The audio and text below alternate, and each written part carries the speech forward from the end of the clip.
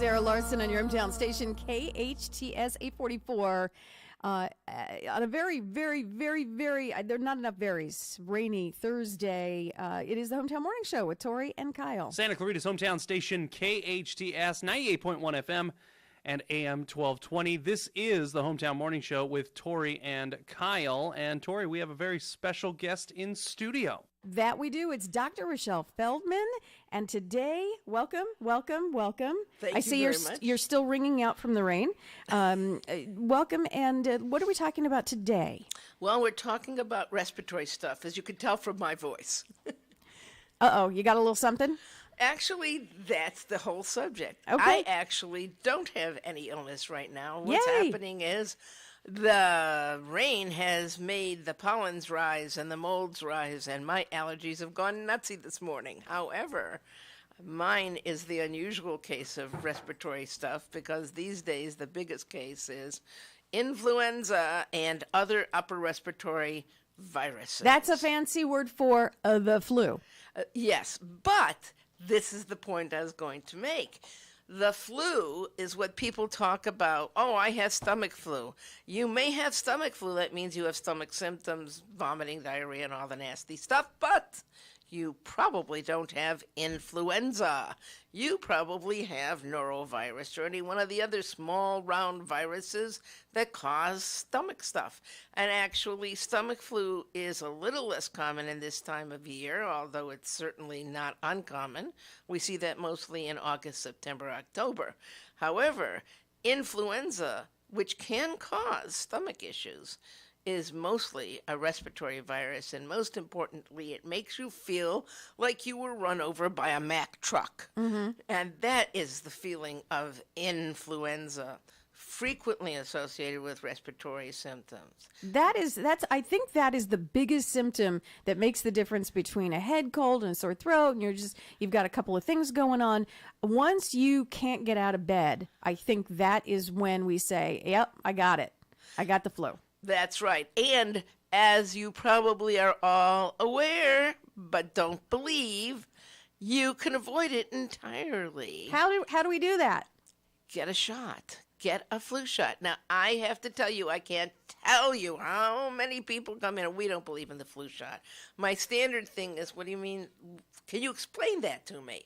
Well, no, I mean, we're always been very healthy. Nobody's ever gotten the flu, so why get a flu shot? So I look at them and say, when I was a kid growing up, nobody wore seatbelts. They didn't even exist. I was never in an accident. I'm perfectly fine. Should I wear a seatbelt? Why should I wear a seatbelt? The same applies here. This brings to mind the story of about, I think it was 2-3 weeks ago, nobody would eat lettuce.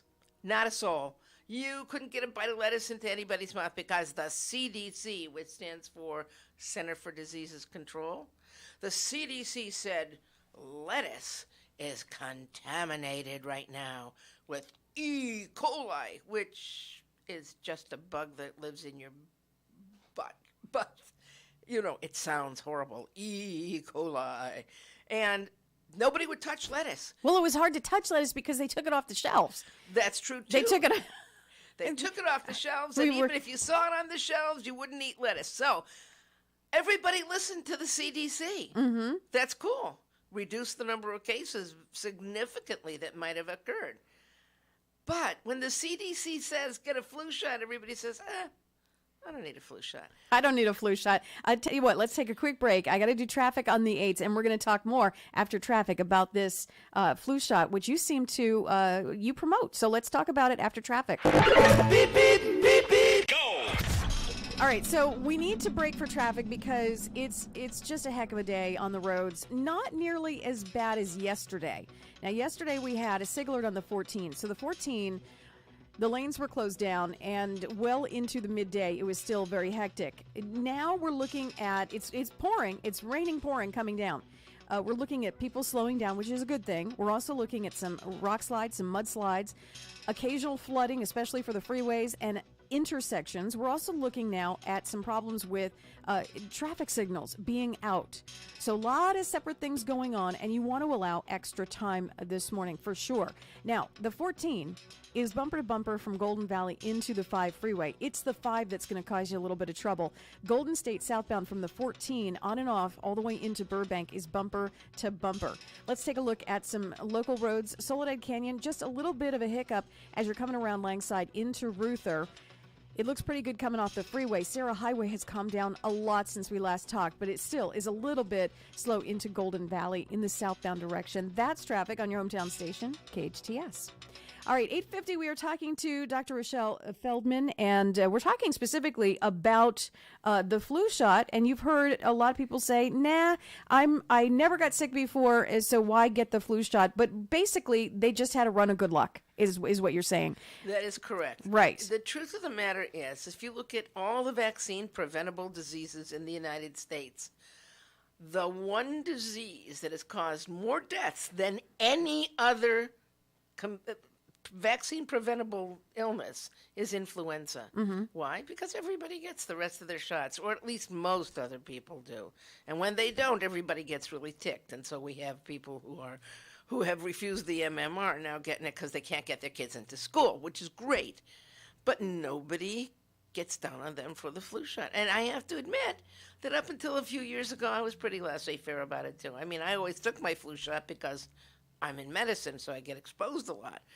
But, I thought, okay, you can have a flu shot, but I never pushed it until I read the stats. And until last year, we lost a child to influenza in our practice. And that's where it stops.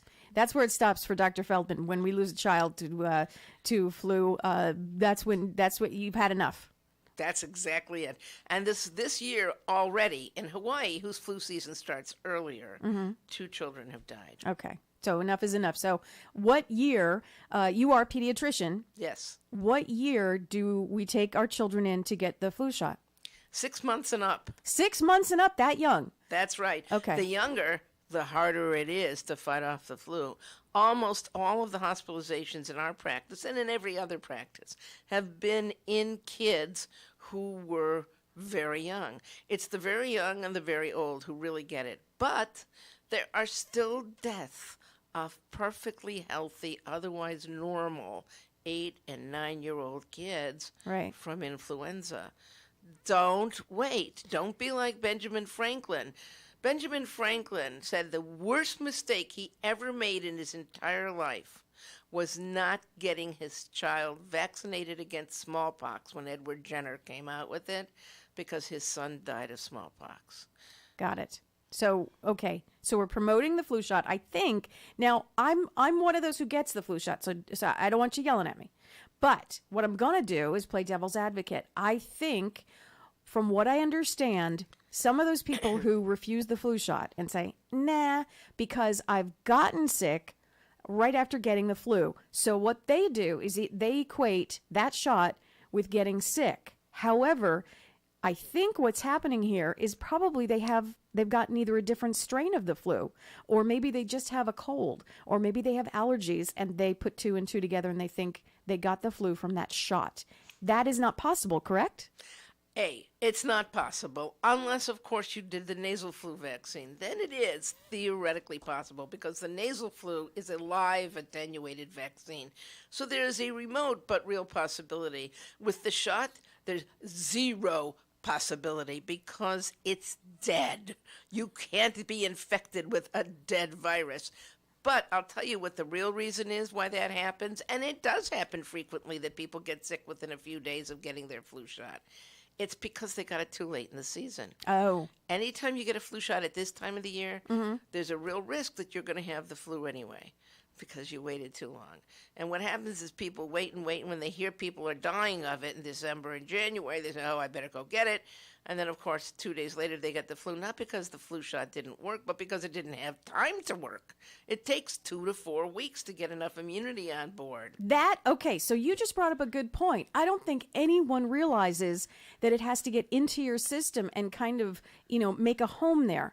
And you just brought up a very good point. I think once we're inoculated, we think we're good. We're we're fine.